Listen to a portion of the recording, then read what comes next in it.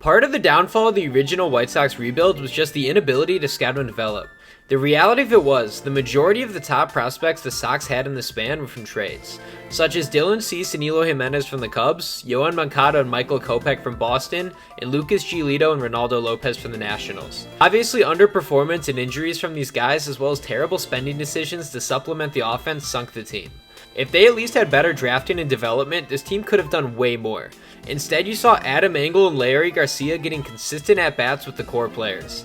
That 7 through 9 in the order was never good enough to take them to the next level. The offensive guys the Sox drafted that were on the ALDS roster the 2021 game against the Houston Astros were Andrew Vaughn, Adam Engel, Gavin Sheets, Danny Mendick, Tim Anderson, and Zach Collins. Engel, Collin, and Anderson are off the squad entirely.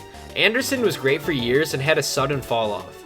Engel and Collins are guys who probably should not have been there in the first place, but they're not going to get playing time anywhere else. Collins was a huge miss in the first round by the Sox. Andrew Vaughn is currently on the roster, but the former first round pick is entering bust territory. He's just not panned out. Danny Mendick is still around. He was a 22nd round pick. While he's not bad, he is 30 and a solid depth player who wouldn't really start anywhere else. He's kind of the only exception to the later round draft picks that hit. The only draft pick on the offensive side who's on the ALDS team and is still on the team who looks to be pretty good is Gavin Sheets. He was a second round pick, and at age 28, he's hitting .270 and 100 at-bats with 3 home runs. The glaring issue is the Sox struggled to draft major league talent to supplement the roster, and that partially killed their competitive window rather fast. But this video isn't about how the White Sox failed their rebuild, it is about how they are addressing these drafting issues. Enter Mike Shirley. Prior to the 2020 season, he spent 20 years in the White Sox organization as a scout, and one of those seasons as the scouting director assistant. He would help with drafting decisions, but he never would make the picks, up until 2020. He was then promoted to scouting director and had his first draft in 2020. Mike Shirley is a solution to the problem. He is a big part to the Sox budding farm system on their journey to a resurgence. He's had 4 drafts so far, and in my opinion, they've been great.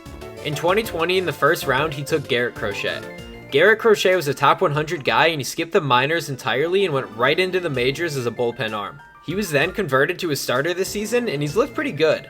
In 2021, Mike Shirley took a high schooler out of Indiana, Colson Montgomery, in the first round. Colson has since climbed his way into the top 10 in all of baseball for prospects and has been heating up in AAA. In 2022, in the first round, he took pitcher Noah Schultz, a high schooler out of Oswego, Illinois. I think this might have been his best pick by far. He was originally unranked, but he's since climbed into the top 50 in all baseball prospects. In 2023, he took infielder Jacob Gonzalez from Mississippi.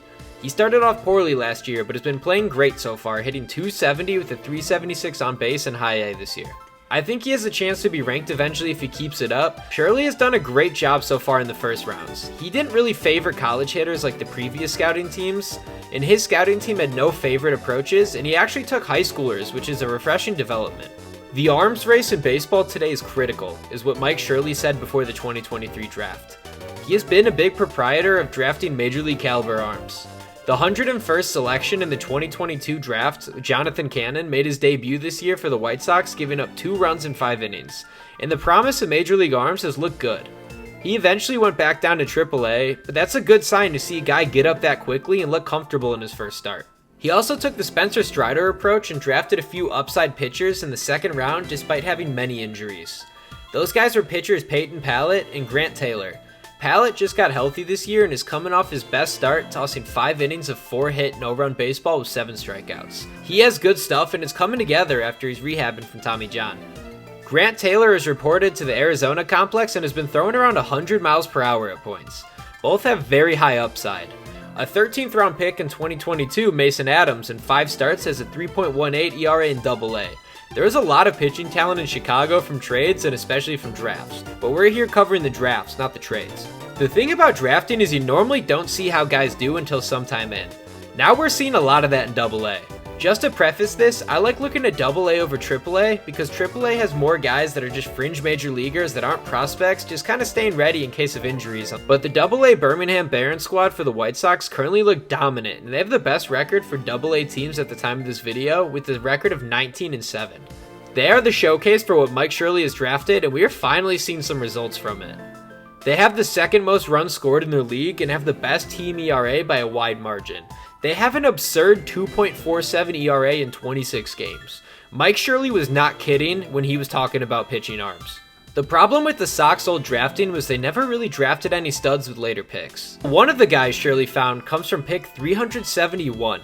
Brooks Baldwin was taken with that pick in 2022, and in 92 at-bats has an absurd slash line of 391 with a 447 on base percentage.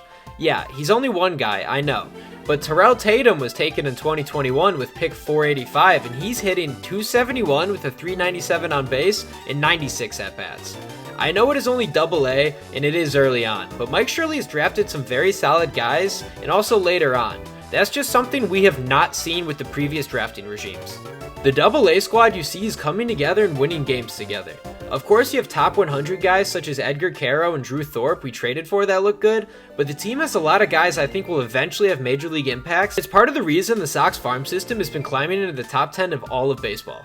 Trading is great, and it's always good to see those guys come around, but when you actually hit on late round draft picks as well as the early ones, it just gives another level of depth and helps that competitive window go even further. That's what the Sox originally lacked the first time around. They just never really hit on anything in the drafts that really supplemented the roster. There are levels to development and prospects. A huge thing I hear about the White Sox is they don't develop, and I really do understand that point. The thing is, you can't really develop guys that just don't have that major league mold, and that was the problem with the previous regime. They always drafted the wrong guys, and then everyone got blamed for not developing them. They were never meant to be. Mike Shirley will make everyone eat their words when the Sox eventually come up, and the depth of all his drafts and the impact of them finally start to show. He's very good at his job, and I want to give him a lot of credit. There's been also a lot of staff changes for the White Sox, and I think that's a good thing, trying to get rid of the olds, but Mike Shirley by far has been the best in my opinion. The Sox were never as deep as they are right now, even for the first rebuild. They just kind of had guys from when they traded people away. Obviously, prospects don't all pan out, but it's a good sign for what I'm seeing. Winning starts down in the minor leagues, and that's exactly what they're doing in AA.